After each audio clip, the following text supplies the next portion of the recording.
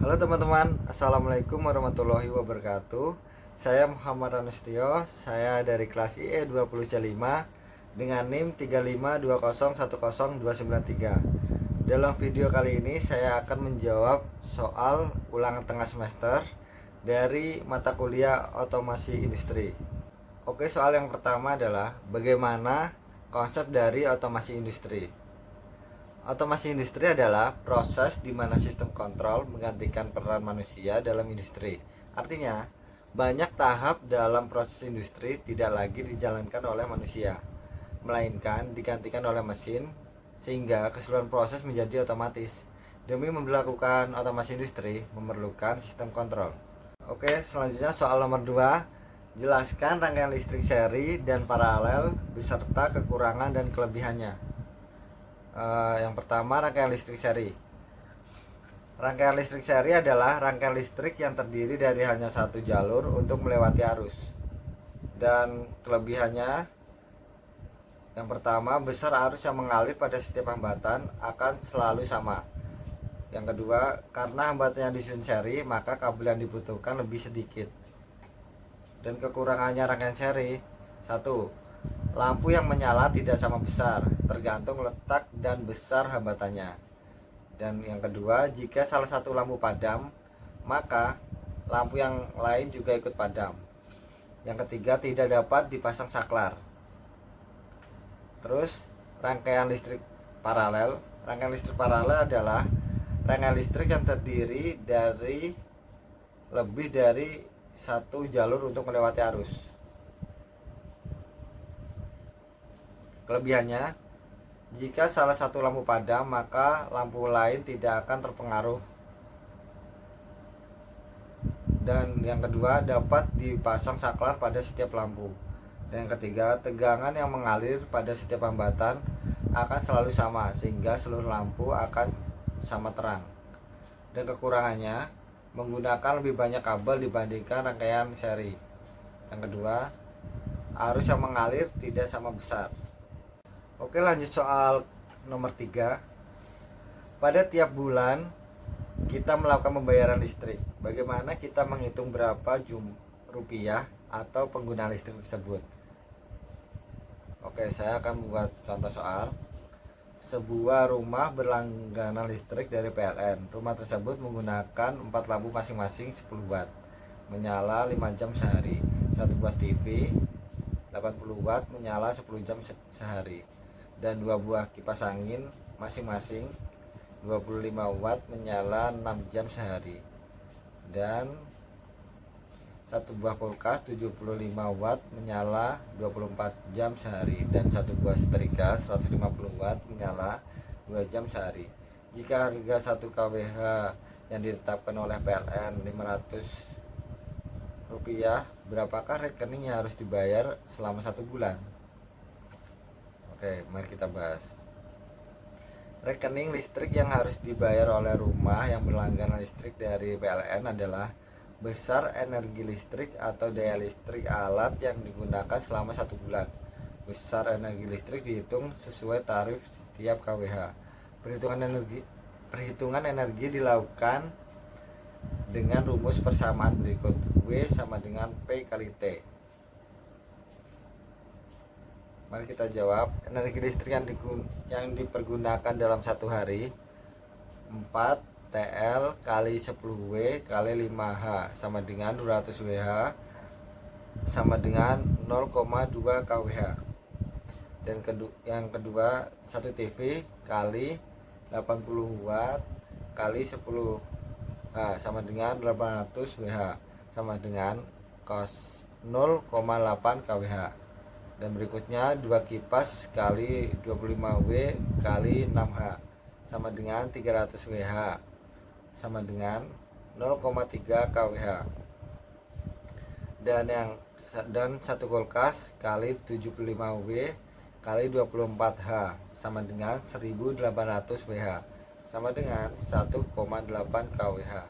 Dan satu setrika kali 150W kali 2H sama dengan 300 WH sama dengan 0,3 kWh.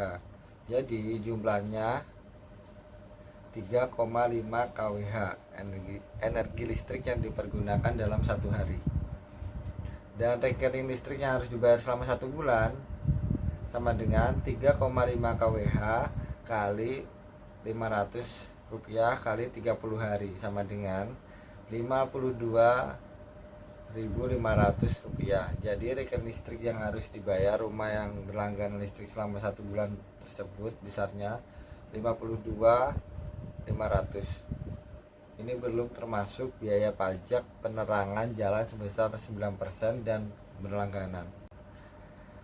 Dan soal yang nomor 4, apakah energi bisa diperbarui ataukah tidak bisa diperbarui? Berikan penjelasan dan uraiannya. Oke. Energi ada yang bisa diperbarui dan ada juga yang tidak bisa diperbarui. Energi yang dapat diperbarui contohnya air yang jumlahnya cukup banyak yang dapat menggerakkan turbin dan menghasilkan energi listrik. Dan yang kedua, matahari. Dengan cara menghubungkan panel surya yang langsung diarahkan terhadap sinar matahari, kemudian sambungkan dengan inverter agar dapat digunakan. Yang ketiga, angin. Dengan cara menggunakan kincir angin untuk menghasilkan listrik. Dan berikutnya, energi yang tidak dapat diperbarui, contohnya mineral dan logam, emas, besi, aluminium, intan, bahan bakar fosil, minyak bumi, dan batu bara. Itu energi yang tidak dapat diperbarui. Oke, selanjutnya soal nomor 5. Jelaskan mengenai transformator, cara kerja, fungsi, kegunaan, dan kenapa alat-alat listrik memerlukan transformator. Oke. Trafo berfungsi untuk mentransfer energi listrik dari satu rangkaian ke rangkaian lain secara induksi elektromagnetik. Dan cara kerjanya, sebuah trafo yang sederhana pada dasarnya terdiri dari dua lilitan atau kumparan yang melingkar, yaitu kumparan primer dan kumparan sekunder. Pada kebanyakan transformator, kumparan kawat ini menghubungkan atau dililitkan pada sebuah besi yang mulus dengan inti besi atau core. Ketika kumparan primer dialiri arus AC, maka akan menimbulkan medan magnet atau flux di sekitarnya. Kekuatan magnet medan tersebut dipengaruhi oleh besarnya arus listrik yang dialirinya. Semakin besar arus listriknya, semakin besar pula medan magnetnya.